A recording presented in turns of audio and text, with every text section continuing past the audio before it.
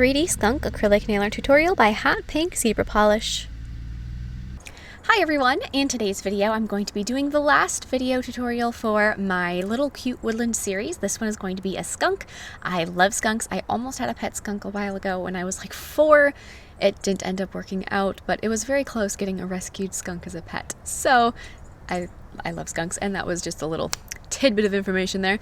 So I also want to announce the winner of the Aviesia Furring Eye Cream, and that is going to be Shellbug Michelle Green. So congratulations, and I know you'll contact me soon. And don't forget to click subscribe to my future videos as well.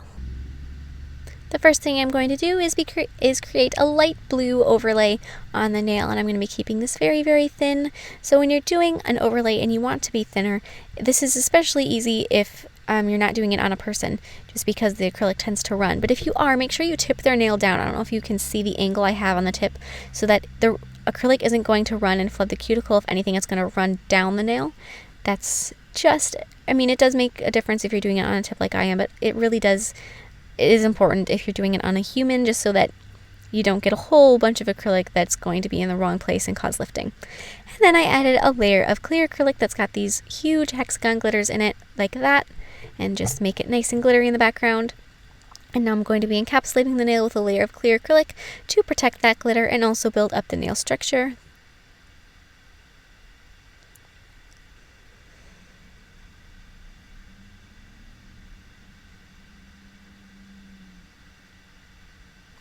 So now I'm going to be filing it with a 180 grit file, and this is to remove any lumps, bumps, and imperfections, and make sure that I file to give it that really nice, slightly curved shape of the apex that you are looking for.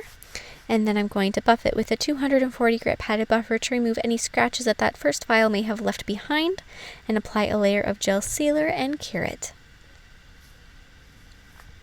So I'm going to be starting to sculpt out my little skunk, and so I'm going to begin with his head, which is sort of a kind of a really rounded triangle, so you want him to have a little bit of a narrower chin area than up by where his ears will be. And then adding his little body like that. That reminds me of a squash or a gourd, that shape.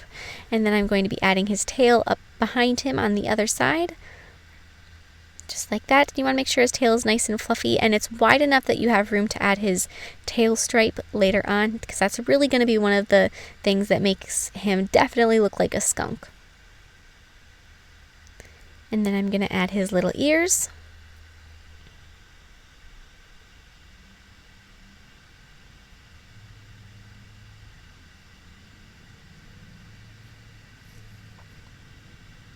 And then I'm going to add his the hind leg, this sort of hip and knee area that's the further away one, and then add his foot. Make sure you shape that foot so it's got a nice flat bottom on it if the acrylic tends to spread against the gel sealer. And now I'm going to be taking some white acrylic, and I'm going to be adding a nice white tummy patch.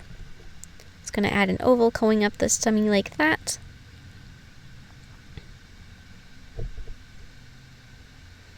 And then on his forehead, I'm going to take and just fill in between his ears and then down the bridge of his nose, like so. Once again, using white acrylic. And then I'm going to add some white in his ears.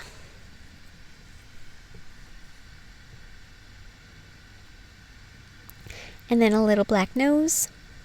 And make the black nose on the end of the white section coming down from his forehead. And then going back to white acrylic, I'm just going to go and add his stripe down his tail. If you find that it'd be easier to do this with paint instead of trying to make that thin shape with the acrylic, go ahead and do that instead. I wanted to make sure that my whites all look like they match, so I stuck with the acrylic instead of switching to paint, since paint is, at least for me, is going to be a little bit brighter than the white acrylic is. And now I'm going to be adding the rest of the legs. I'm going to start with the other hind leg and add that same hip and shoulder area, and then just add a little foot after that. Right there, like so. Once again, that acrylic might tend to spread against the really slippery gel sealer, so after it starts to set, just push it in a little bit to make sure it has that nice crisp edge. And then add the other little arm. So I'm going to start with the arm that's a little bit behind, and then add the closer arm, like so.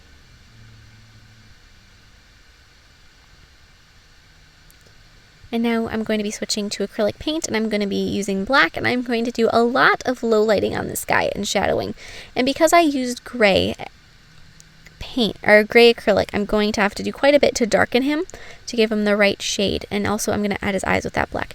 The reason I did him with gray originally is because if you sculpted him out all with black, when you went to paint on details like his eyes and his nose and these outlines, they wouldn't show up at all because black on black, you can't see it.